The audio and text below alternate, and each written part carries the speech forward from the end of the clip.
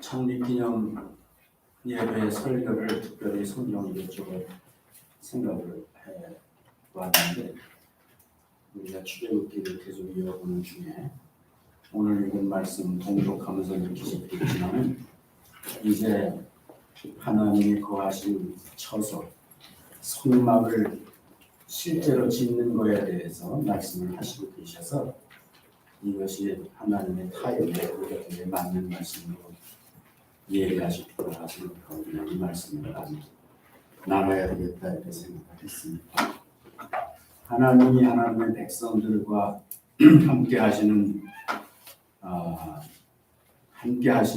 그 함께 하시는 장소로서 이스라엘 백성들에게 성막을 지어라 이렇게 말씀하시고, 내가 거기에서 너희를 만나겠다 이렇게 말씀하셨습니다. 성막이라는 것은 결국 거룩한 막인데, 하나님께서 하나님의 백성들을 만나는 곳, 이렇게 우리가 정의를 해도 될 것 같아요. 오늘날로 말하면 교회지, 그 안에서 하나님이 함께 하시니까. 그래서 이 말씀이 오늘 우리 창립기념 예배에 합당한 말씀이라 생각을 하시고, 기록된 말씀 안에 하나님이 거하실 처소, 하나님의 백성들을 만나는 곳이 어떻게 이루어지는지, 또 그것이 오늘까지 오면서 어떻게 실체가 드러나게 됐는지, 이건 지금 그림자죠, 그렇죠? 여러분 다 아시는 대로 지금 성막은 하나의 그림자라고 해서 그림자, 실제가 아니라 하나님이 원래 목적한 그 내용이 아니고, 그 목적한 것이 아니고, 그 목적을 향해서 가는 과정에 나타나는 일들이니까, 우리가 거기에 나타나 있는 내용 가운데서 어떻게 하나님께서 하나님의 교회를 이루시는지에 대한 원리, 하나님이 감춰놓은 그런 내용들을 우리가 찾아보는 것이 오늘 우리들에게도 유익할 줄로 생각을 해요. 이어서 계속 봤기 때문에 다 아는 내용이지만, 하나님이 먼저 설계도를 주십니다. 우리가 건물을 지을 때도 사실 건물 짓기 전에 설계도가 먼저 필요한 거죠. 설계도가 있어야 됩니다. 그래서 머릿속에 어떤 건물을 짓겠다는 생각을 이제 설계를 하게 되고, 그 설계한 모양을 전문적인 그 설계사에게 맡기죠. 그런 설계사들이 이제 법적으로 또는 건축 원리상 그 모양을 만드는 실제적인 설계를 하게 돼 있어요. 설계사가 하는 것이나, 원래 그 모양은 건물주가 생각하는 것이고, 그 다음에 그 모양을 만드는데 이제 설계를 해야 됩니다. 하나님께서 하나님의 교회 지원을, 그냥 교회를 통일을 하겠습니다. 하나님의 교회에 대한 하나님의 생각이 있으신 거예요. 마음이 있습니다. 그래서 그거를 이제 설계를 하시는 거죠. 하나님께서 설계도도 주시는 거예요. 그거를 우리가 지금까지 보면서 출애굽기 20장의 율법과 아울러서 그 다음에 이제 성막에 대한 설계도를 만들어 주신 겁니다. 그래서 설계도가 있어야 되고, 그 다음에 이제 거기에 그걸 짓기 위한 자재, 보통 우리 건축 자재 이렇게 얘기하는데, 재료가 있어야 되죠. 그래서 오늘 우리는 생략을 했지만, 지금 이 읽은 본문의 35장의 윗부분은 다 재료에 대해서 얘기하는 거예요. 어떤 재료를 가지고 지어야 된다 하는 그 재료 얘기가 좀 나오고, 그래서 재료가 중요합니다. 설계도, 이전에 이제 그 건물주의 생각이 중요하고, 그 다음에 설계도가 필요하고, 재료가 필요하고, 그리고 드디어 이제 건축을 하는데, 건축은 사람이 하죠. 그래서 기술자들이 다 모여서 파트별로 이제 설계에 따라서 건축을 하게 돼 있습니다. 이것이 보통 우리가 이 세상에서 건물을 지을 때 순서상 나타나는 내용이다 이렇게 볼 수가 있습니다. 그러니까 지금 출애굽기에서 하나님께서 하나님의 백성과 하나님 사이에 만남의 장소를 말씀하실 때에 하나님이 구상한 것이 있고 하나님이 거기에 따라 설계도를 주시고 그 다음에 재료를 모으시고 그 다음에 우리 대표적인 이름이 나왔죠. 오홀리압과 부사렐이라는 이 두 사람을 앞세워가지고 이제 그 성막을 실제로 짓는 얘기가 나오고 이제 36장에 가면은 드디어 이제 그 설계대로 짓는 내용들을 40장까지 쭉 기록을 해서 40장 끝에 가면은 드디어 하나님께서 모세에게 말씀하신 대로 다 이루었다, 다 지었다 이렇게 이제 결론을 내리는 것을 봅니다. 그래서 지금 이 세상의 건물도 그와 같은 과정을 통해서 지어지는데 출애굽기에 보니까 하나님의 집도 하나님께서 그런 과정을 통해서 지으신다는 사실을 우리가 알게 되는 것이죠. 근데 우리가 이제 과정이라고 그랬으니까 이 성막으로부터 시작이 됩니다. 실제로는 성막 이스라엘이 이제 하나의 민족과 나라가 됐는데 그 민족과 나라 가운데 하나님이 계시다는 내용으로서 드러나는 눈에 보이는 것이 이제 성막이잖아요. 성막이 항상 이스라엘 광야 생활에도 진을 칠 때 가운데다가 정 가운데다가 성막을 설치하고 12지파가 3지파씩 4번으로 다 진을 치고 삽니다. 이동할 때는 또 성막을 다 해체하지만 그 가운데 가장 중요한 그 언약궤가 있잖아요. 그 언약궤를 이제 제사장들이 메고 그 다음에 동서남북으로 진을 치고 걸어가는 거예요. 그 행진을 하는 것입니다. 항상 이스라엘 백성들의 움직임에는 그 중심에는 정지되어 있을 때나 움직일 때나 항상 그 중심에는 성막과 언약궤가 있다라고 생각하면 되고 이제 전쟁을 하거나 또는 강을 건너거나 위험할 때는 그 언약궤가 먼저 건너서 백성들을 이끌어가는 그런 역할도 하는 것을 볼 수가 있습니다. 어쨌든 중요한 것은 하나님의 백성들 가운데는 하나님이 계시다. 하나님이 계시는데 이제 거룩한 막에 그 당시에 이제 장막 생활을 했으니까 하나님도 거룩한 막에 이제 계시다 하는 것을 알 수가 있습니다. 이 성막 시대가 끝나면은 뭐 우리는 상식적으로 다 알죠. 성전 시대가 됩니다. 다윗이 하나님께 기도해서 허락을 받아서 이제는 회막 시대를 끝내고 천막 시대를 끝내고 이스라엘이 이제 국토를 얻었으니까 그 민족만 있을 때는 이제 성막으로 이동을 했는데 국토를 갖게 되니까 거기에 이제 고정적으로 성전을 짓게 되는 거죠. 그래서 성전으로 이제 발전하는 겁니다. 다윗이 준비를 다 하고 성전 지을 자료를 다윗 왕이 준비를 다 하고 그 다음에 이제 그 아들 솔로몬이 성전을 짓는 거잖아요. 그 솔로몬은 이제 지혜의 왕이라고 해서 그가 하나님이 주시는 지혜를 통해서 이제 그 성전을 짓습니다. 그 당시로서는 그 주변에 있는 많은 나라 사람들이 와보고는 다 혀를 둘렀다 했죠.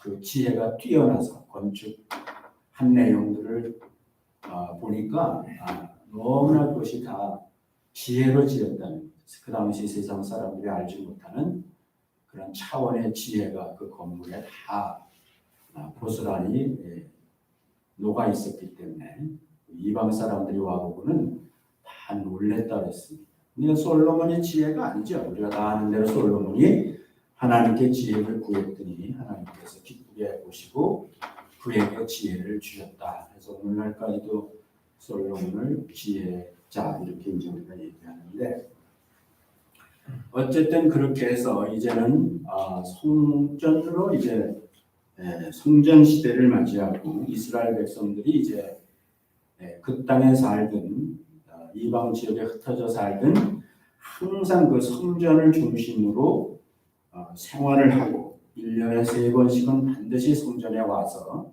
하나님께 예배를 드리고 이스라엘 백성들이 비록 흩어져 살아도 우리가 다 하나님 안에 형제자매 우리 같은 민족이라는 사실을 이제 재확인하고 그리고 또 흩어지고 그리고 또 그게 이자예요. 그 당시에 이스라엘 백성들은 성전에 돌아오는 것이 일입니다.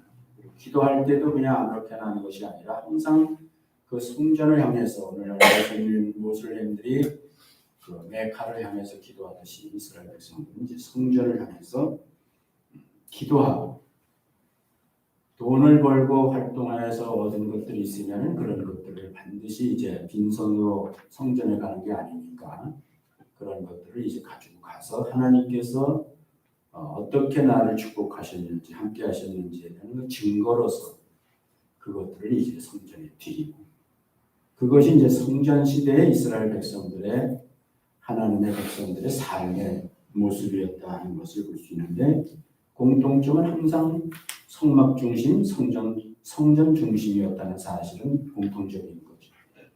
그건 오늘날 말하는 이제 하나님 중심입니다. 하나님 중심. 우리의 삶이 항상 하나님이 중심에 계셔야 되고 우리는 항상 그 하나님을 만나는 것이 가장 내 삶에 중요하다는 것을 이제 가르쳐 주신다고 볼 수가 있는 거예요.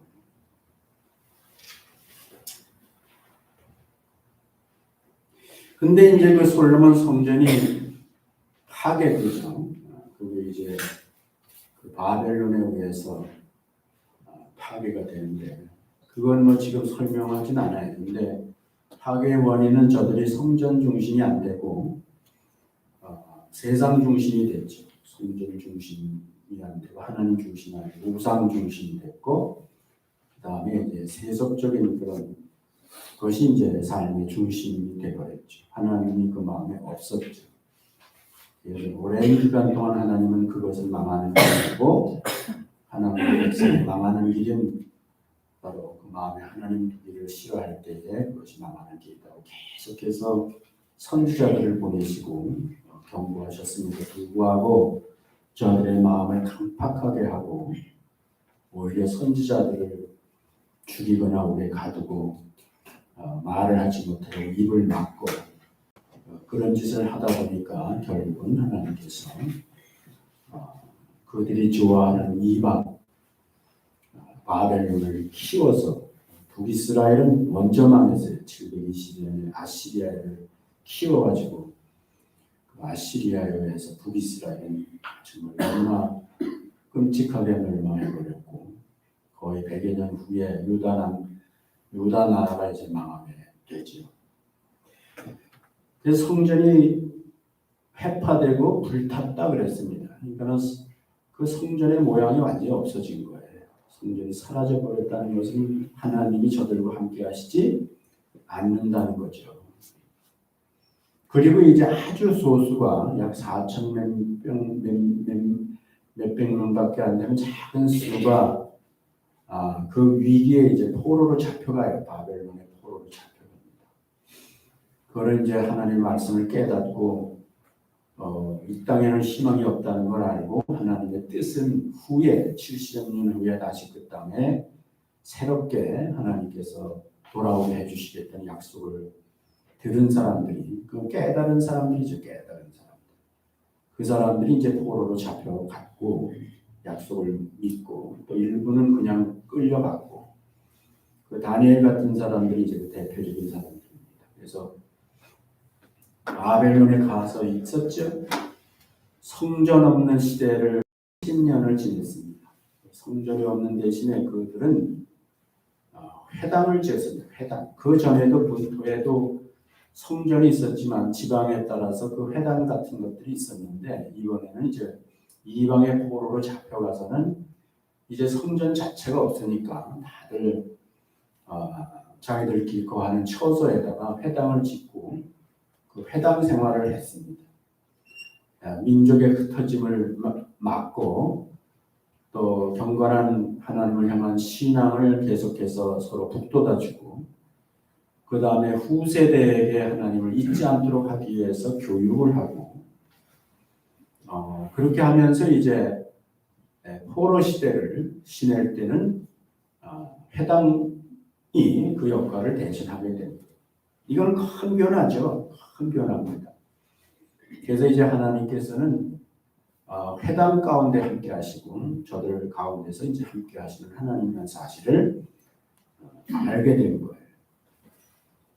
성전에만 매여 계신 하나님이 아니고 하나님은 진심으로 하나님을 경외하고 그 마음에 하나님 두기를 기뻐하는 사람들과 하나님이 함께 하신다는 사실을 이제 경험하게 되죠. 그게 다니엘과 그 세 친구들이거든요. 바벨론에 잡혀가 있음에도 불구하고 항상 하나님을 향해서 기도하고 했을 때 하나님이 그와 함께 한다고 했는데 느부갓네살을 왕이 그랬어요. 바벨론 왕이 그들을 보면서 너희 하나님이 너희와 함께한다 라고 이제 고백을 하는 것을 볼 수 있는 거예요. 그러니까 비록 돌로 만든 성전은 없어도 하나님이 이스라엘 백성을 떠난 것이 아니라 하나님을 진심으로 경외하고 그 중심에 하나님 두기를 마음에 원하는 사람들과 함께 하신다는 것을 70년 동안 이방에 흩어져 사는 이스라엘 유대인이죠. 유대인들을 통해서 우리한테 보여주시는 거예요. 그리고 이제 포로 시대가 끝나서 그 다음에 그 고레스죠. 고레스 페르시아로 바뀌면서 고레스 왕이 하나님의 감동으로 하나님의 감동하셨다 그랬어요. 하나님이 약속하신 대로 70년이 참에 이제 이스라엘 백성들이 공식적으로 왕의 명에 의해서 본토에 예루살렘에 갈 수 있도록 허락을 받았습니다. 그냥 그런 하나님의 그 섭리를 이해하지 못하면 그냥 세상에 바뀌어서 그렇게 됐나 보다 이렇게 생각할 수밖에 없겠죠, 사람들이. 그러나 그 중에는 그렇게 생각 안 하고 이것이 드디어 하나님의 약속에 따라서 이제 우리가 복역이 끝나고 다시 하나님의 은혜로, 긍휼과 은혜로 예루살렘으로 갈 때가 됐구나 라고 생각한 사람들이 이제 돌아오기 시작합니다. 그냥 돌아오는 게 아니죠. 우리 여러 번 제가 얘기했듯이 70년 동안 그 땅에 농사를 짓지 않았다고 했으니까 성경대로 얘기하면 그 땅은 완전히 황무지가 됐다고 했습니다. 들짐승들이 노는 땅이 됐다고 했습니다. 유대인들이 그 바벨론 때부터 시작해서 페르시아 시대까지 이르러서 드디어 아하수에로 왕의 시대에는 아시는 대로 가장 사랑받는 왕비가 에스더였고요. 총리가 모르드게였습니다. 이스라엘 백성들이 하만을 이기고 득세해서 완전히 페르시아가 유대인과는 다름없는 입장이 됐죠. 페르시아가 유대인들이 다 주관하게 됐죠.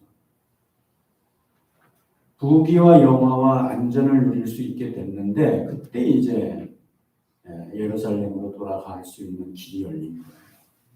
그래서 이제 거기에 인간적인 세속적인 그런 가치관으로 생각하면은 돌아갈 필요 없지요. 거기 지금 가다가 죽을 수도 있고요. 6개월 걸리는데 그 강도들이 얼마나 많은데 거길 가요. 또 가면 뭐예요? 그 땅이 완전히 황무지인데. 지금 페르시아에서는 뭐라고요? 페르시아에서는 떵떵거리고 살죠. 부족한 게 없어요. 유대인이 떴다 하면 사람들이 다 절을 해야 됩니다. 그 득세죠, 득세. 그러니까 진짜 하나님이 모든 것의 가치에 위에 있다는 절대적 가치가 하나님에게 있다는 것에 대한 믿음이 없는 사람들은 결단코 예루살렘에 가지 않습니다. 그 가면 바보입니다. 그건 어리석은 사람이에요. 그러니까 돌아온 사람들은 약 6만여 명에 불과한데 돌아온 사람들은요 다 잘 먹고 잘 살려고 돌아온 거 아니에요. 그는 하나님이 역사를 주관하시는 분이라는 사실을 확실하게 깨닫고 하나님이 중심이 됐기 때문에 하나님이 절대적 존재라는 사실에 대한 실제적인 믿음이 있었기 때문에 돌아온 거지 그냥 남이 가니까 가고 오거나 그런 사람은 아니에요. 이게 이제 하나님 중심, 얼만큼 하나님의 백성이 정말 그 마음에 하나님이 절대적인 존재로 그 중심에 계시나 믿고 있나 하는 것을 통해서 하나님의 참 백성과 그렇지 않은 백성을 하나님이 항상 구별하시는 거죠. 구별. 그게 하나님이 하시는 일이에요. 그래서 우리가 때로 모이고 수천, 수백, 수만이 모였다고 그래서 하나님이 그거 갖고 기뻐하시는 분은 아니시죠. 오히려 염려하시죠, 하나님께서. 그래서 오히려 그런 것들을 흩으시고 또는 헐어버리시고 그 가운데서 정말 그 중심이 하나님께 있는 사람들을 찾아내시는 것이 하나님의 일이에요. 하나님의 일이. 바벨론 때부터 오늘에 이르기까지 하나님이 하시는 일은요, 다 허물어버리는 거예요. 인간이 하는 일은 뭐냐면 하나님을 제껴놓고 자기 자신들이 스스로 하늘 꼭대기에 대를 쌓고 이 세상에 영원히 살 것 같은 착각을 가지고 이 세상에 무엇을 쌓는 거예요. 자기를 위해서. 근데 하나님께서는 그걸 헐어버리시고 그 가운데서 정말 중심이 하나님께 있는 사람들을 분리시키는 것에 그 에클레시아, 그 교회라고 하나님이 끌어내서 따로 세우는 사람들이죠. 이게 어디까지 가죠? 마지막까지 갑니다. 주님의 나라에 실제로 주님의 나라에 영원한 그 하나님 주님이 계신 그 나라에 갈 때까지 거기까지 구별될 때까지 거기에 도착할 때까지 하나님은 계속해서 그 시대마다 그 사람의 한 생애 속에서 계속 그거를 하시는 거예요. 우리가 그냥 사는 게 아니에요. 그냥 어제도 살고 오늘도 살고 여기서도 살고 저기서도 살고 우리 예수 믿고 사는 사람들은 오늘을 그냥 사는 거 아니에요. 우리가 하나님이 내 생애를 통해서 하나님이 이루시고자 한다는 건 나를 통해서 나를 시켜서 뭘 하시는 게 아니고요. 내가 온전히 하나님의 나라에 합당한 자로 이루어질 때까지 그렇게 될 때까지 우리 안에서 역사를 하고 있다는 사실을 우리는 항상 잊어버리면 안 돼요. 그렇게 해서 이제 회당 시대를 거치죠. 회당 시대를 거쳤는데 다시 돌아온 사람들이 이제 성전을 짓죠. 성전을 지었는데 이스룹바벨 성전 혹은 에스라 성전 이렇게 얘기하는데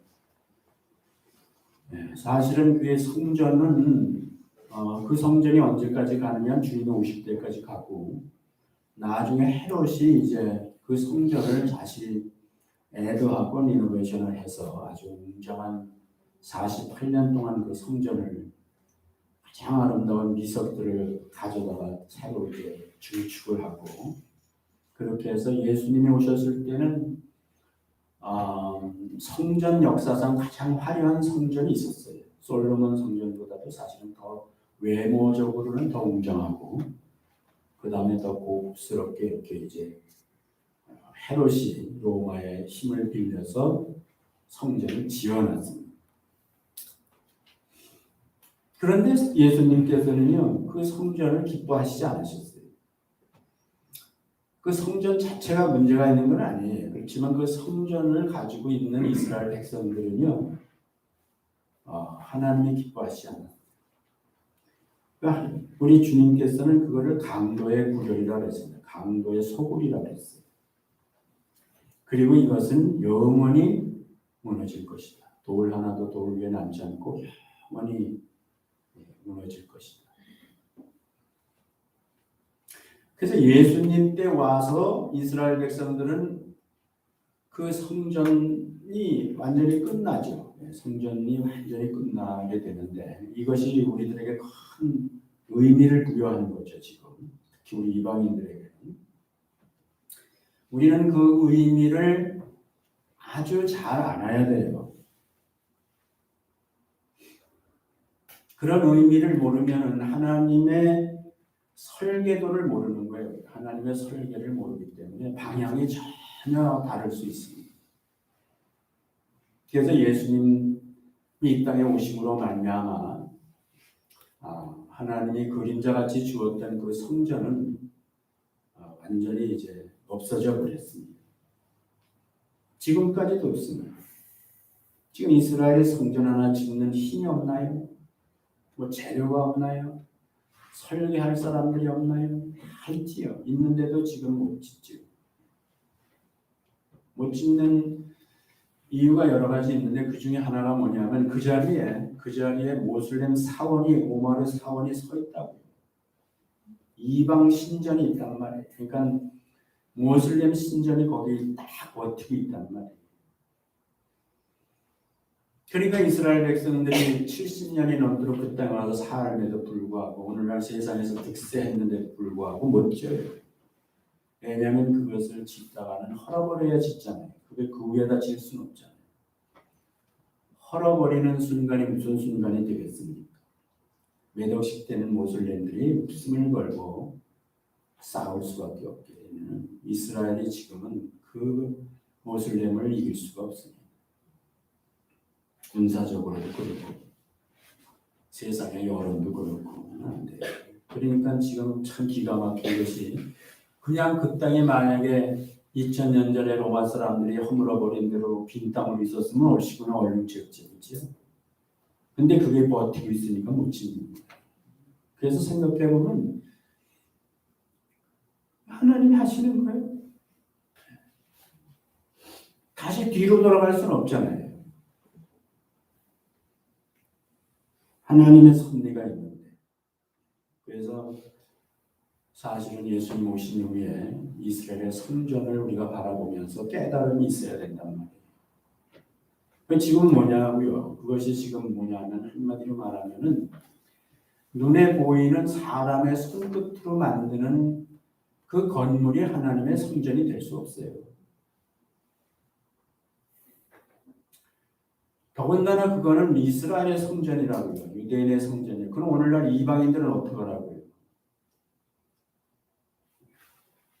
그러니까 그거는 지금 시대에는 예수님 오신 이후에는 하나님의 백성의 개념도 바뀌었죠. 유대인들과 이스라엘만이 아니죠. 이 세상에 살고 있는 모든 족속이 다 하나님의 백성이 되는 것이죠. 그거 자체가 그 기본적인 틀이 바뀐 거예요. 이제는 유대인이 아닌 영접하는 자, 그 이름을 믿는 자들에게는 하나님의 자녀가 되는 권세를 주셨고요. 그 영접한다는 거는요, 유대인이나 이방인이나 똑같이 예수를 영접해요. 영접하면 되는 거예요. 그래서 그 성전은 눈에 보이는 돌로 만든 성전은 하면 안 돼요. 예수님 이후로 예수님이 승천하셨어요. 눈에 보이는 육체를 가지고 이 땅에 계셨는데요. 그분이 이제 죽으신 거는 지금 얘기하지 않아도 다 아는 거예요. 우리의 모든 사람이에요. 유대인들뿐만 아니라 이 세상의 모든 사람을 죄를 위해서 예수님이 십자가에서 죽음으로 죄값을 다 치르심으로 죽으신 거란 말이에요. 그리고 3일 만에 성령대로 부활하셔서 다시 살아나셔서 제자들한테 보이시고 제자들이 다 보는 가운데 자세히 보는 가운데 하늘로 올리시고 구름이 가려 보이지 않게 하였더라 그랬습니다. 보이지 않게 하였더라는 것이 이제 포인트예요. 어디 갔다는 게 포인트가 아닙니다. 예수님이 어느 특정한 장소에 가셨다는 게 포인트가 아니에요. 위로 올라오셨지만 위로 올라왔다는 것은 자연의 법칙을 초월한다는 뜻이에요. 그런데 그분이 보이지 않는 것뿐이라고 보이지 않게 하신 거예요. 보이지 않게. 그러니까 예수님은 지금 어느 특정한 장소에 계신 것이 아니라 보이지 않게 계신 거예요. 보이지 않게 계신 거예요. 구름이 다 없어졌는데도 안 보이네 그렇게 생각할지 모르겠지만 그거는 이제 여러분 각자가 상식적으로 생각하셔야 됩니다. 예수님의 육체는 보이지 않아도 제자들의 마음에는 베드로를 비롯해서 믿는 제자들의 마음 속에는 예수님은 계셨어요. 눈으로 보는 것이 중요하지 않다는 걸 알게 된 거예요. 주님은 믿는 자들 마음 가운데 계시다 하는 사실을 알게 된 거예요.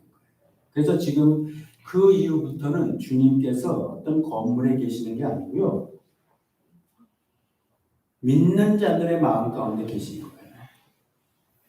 그래서 여러분 한 분 한 분이 그런 사람 한 분 한 분이 뭐라고 그러죠? 오늘날 성전이라고 그러죠. 하나님의 성전. 여러분들이 성전이에요. 성전. 성전이 조건이 뭔데? 하나님이 계신 것이 성전이죠. 근데 내 안에 성령 하나님으로 우리 마음 가운데 믿는 자들 안에 계시니까 내가 성전이 됐단 말이에요. 그러니까 예수님 이후로 성령 오순절 이후로 이 세상에 하나님의 백성, 하나님의 성전이라는 것은 하나님의 백성이라는 것은 누구든지 예수를 구주로 영접하는 다 하나님의 백성이 되는 거고 하나님이 함께 하시는 성전은 바로 그 사람 마음에 하나님이 함께 하시기 때문에 우리가 다 성전이라는 거예요. 성전.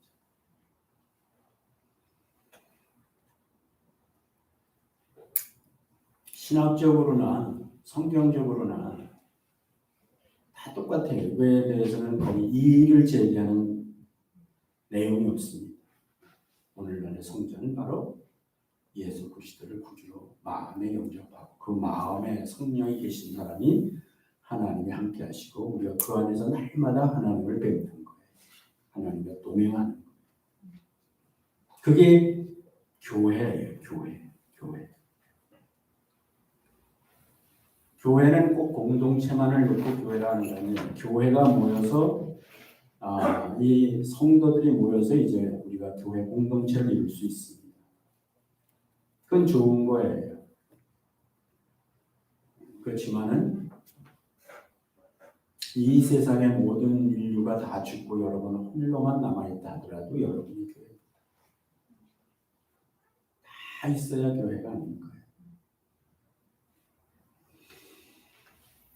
그것이 오늘날 우리가 이 출애굽기 35장에 읽은 말씀을 시작으로 해서 성막으로부터 시작해서 오늘에 이르기까지 하나님이 함께 하시기를 기뻐하시고 하나님의 백성이 그 중심에 하나님을 만나고 하나님과 대화할 수 있는 그런 것이 어떻게 변화되었나 하는 것을 내가 이제 쭉 그냥 설명으로 말씀을 드렸는데 지금이 바로 우리 나주노틸 교회라는 공동체가 있는 교회지만은 여러분 한 분 한 분이 지금 이 시대에는 다 성전이고 교회고 하나님이 함께 하시는 곳이 날마다 순간마다 하나님과 항상 여러분들이 만날 수 있는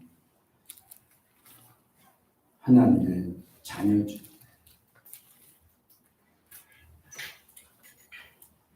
그래서 우리는 지금은 어디에 있든지 어떤 상태에 있든지 하나님과 늘 동행하는 것, 하나님 중심으로 사는 것. 여러분이 예배당에 와서 예배는 형식적인 예배거든요. 지금 우리가 드리는 것은. 그러니까 여기에 하나님이 여기에 계신 게 아니에요. 여러분 안에 계신 거예요. 그 여러분들이 신앙생활을 잘 배우는 데 있어서 방향이 좋아요. 방향이 바로 잡혀야 돼요. 방향이 잘못되면요. 아무리 애쓰고 힘써도요. 그거는 안 가는 것만도 못해요. 방향을 잘 잡아야 됩니다. 하나님의 설계도를 잘 알아야 돼요. 그것이 지금까지 말한 대로 여러분 자신이 주님의 초점은 여러분 한 사람 한 사람 여러분에게 있는 거예요. 여러분이 다 주님이 기뻐하시는 거룩한 성전이 되기를 원하시는 거예요. 성전으로 지으는 거예요. 지금 성령이 내 안에 들어오셔서 계속해서 나를 하나님이 거하시기에 합당한 성전으로 지어 가시는 거예요. 거기에 내 자신도 내 자신에 대해서 관심을 가져야 된다.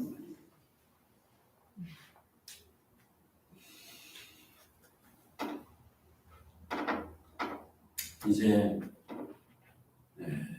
알아들을 분들은 알아들었으면 좋겠는데 항상 여러분들을 살펴야 돼요. 자기 자신을 살펴야 돼요. 그게 뭐 여러분이 집에 있든 일을 하든 길을 걸어가든 운전을 하든 뭘 하든 항상 자기 자신을 살펴야 되는 거예요. 뭘 살펴요? 내 중심에 과연 하나님이 계시냐? 지금 내 중심에 하나님이 계시냐? 내가 하나님을 내 중심에 의식하고 있느냐? 그거는 한순간도 우리가 망각하면 안 돼요. 한순간도 소홀히 하면 안 되는 거예요.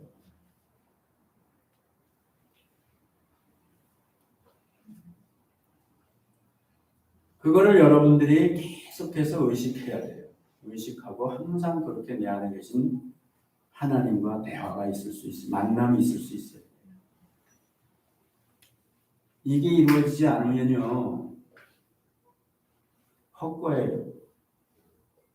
여러분들이 뭐 예배당에서 뭐 직분을 맡아서 봉사하고 뭐 많은 일들을 할지 몰라도요, 그 일 자체에 하나님은 크게 관심 없어요. 여러분 자신에게 관심이 있어요. 그러니까 지금은 예배당 이런 것들이 그렇게 중요한 게 아니에요. 시간이 이제 다 갔기 때문에 더 긴 얘기는 못 하는데요. 내가 성경 몇 구절 읽고 끝낼게요. 여러분이 찾아볼 수 있으면 찾아보면 또 좋은데, 고린도전서 3장 11절 말씀 보면 이 닦아둔 것 외에 능히 다른 터를 닦아둘 자가 없으니 이 터는 곧 예수 그리스도라. 무슨 예루살렘이 터가 아니죠. 지금은 터가 뭐예요? 예수가 성전의 터예요. 예수가. 에베소서 2장 20절 너희는 사도들과 선지자들 터 위에 세우심 입은 자라 그리스도 예수께서 친히 모퉁이 돌이 되셨네요. 터도 예수님이시고요. 집을 처음에 시작할 때 그 모퉁이 돌을 어디다 딱 두느냐에 따라서 거기서부터 시작해서 건물이 만들어지는 거잖아요. 근데 바로 그 모퉁이 돌이 바로 예수님이시에요. 무슨 얘기죠? 내 중심의 마음에 예수님을 구주로 모셔서 터를 닦고 그 다음에 거기에 가장 중요한 출발부터가 예수님 중심이 되어야 된다.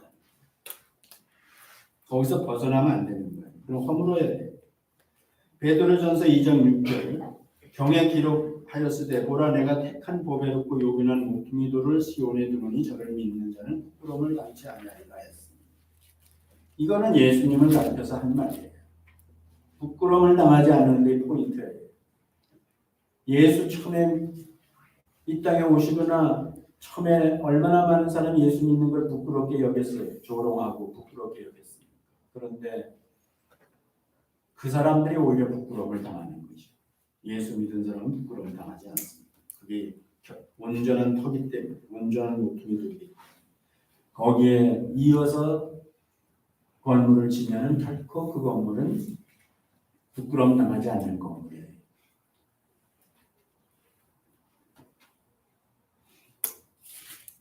마태복음 21장 40절 예수께서 가라사대 너희가 성경에서 건축자들이 버린 돌이 모퉁이의 머리들이 되었나니 이것은 주로 말미암아 된 것이요. 뭐로 말미암아 됐다고요?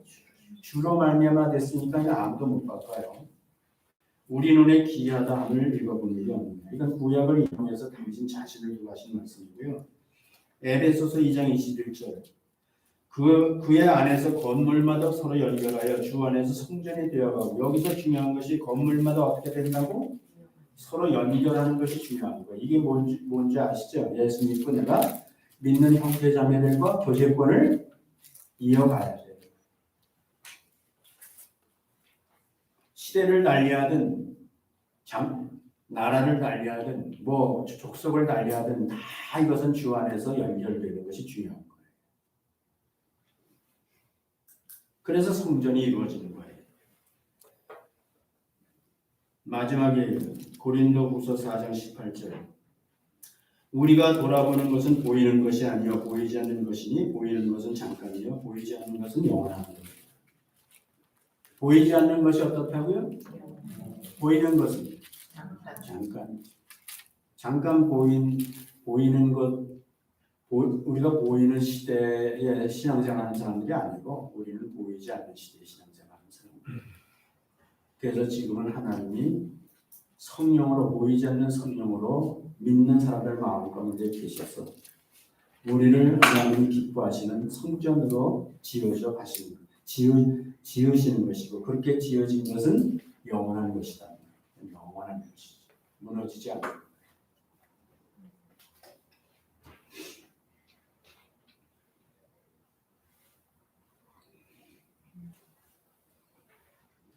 얼른 내가 성경 읽고 끝낼게요. 에베소 3장 16절부터 그 영광의 풍성을 따라 그의 성령으로 말미암아 너희 속사람을 능력으로 강건하게 하옵시다. 너희 모를 속사람을 믿음으로 말미암아 그리스도께서 너희 마음에 계시게 하옵시고 어디에 계시게 하옵시고 누가? 그리스도가 누군데요?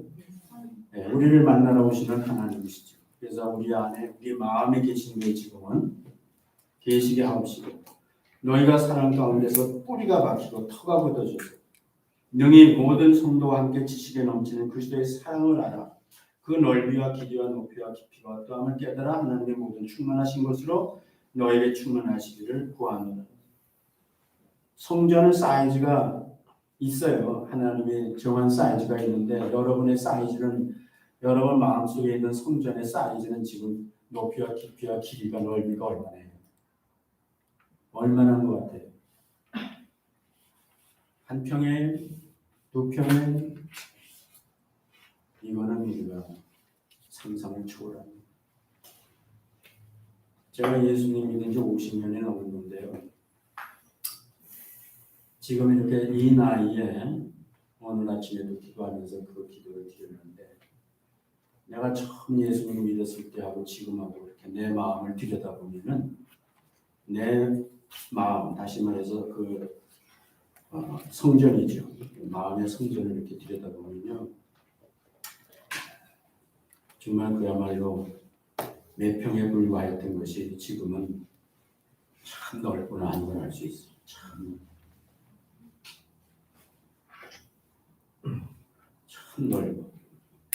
넓어졌어요.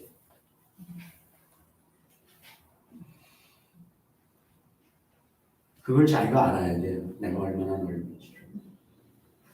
어디서 한계에 어느 벽에 내가 부딪힌 어떤 상황에서 어떤 경우에 내가 벽에 부딪히는지. 근데 하나님의 설계는요. 벽에 부딪힐 벽이 없어요. 너무 넓어서 너무 길어서 여러분이 한 번만 더 찾는다. 내가 정말 딱 한 번만 더 찾는다. 우리 벽에 그치? 여러분이 만들어낸 허상의 벽이지 하나님의 벽이야.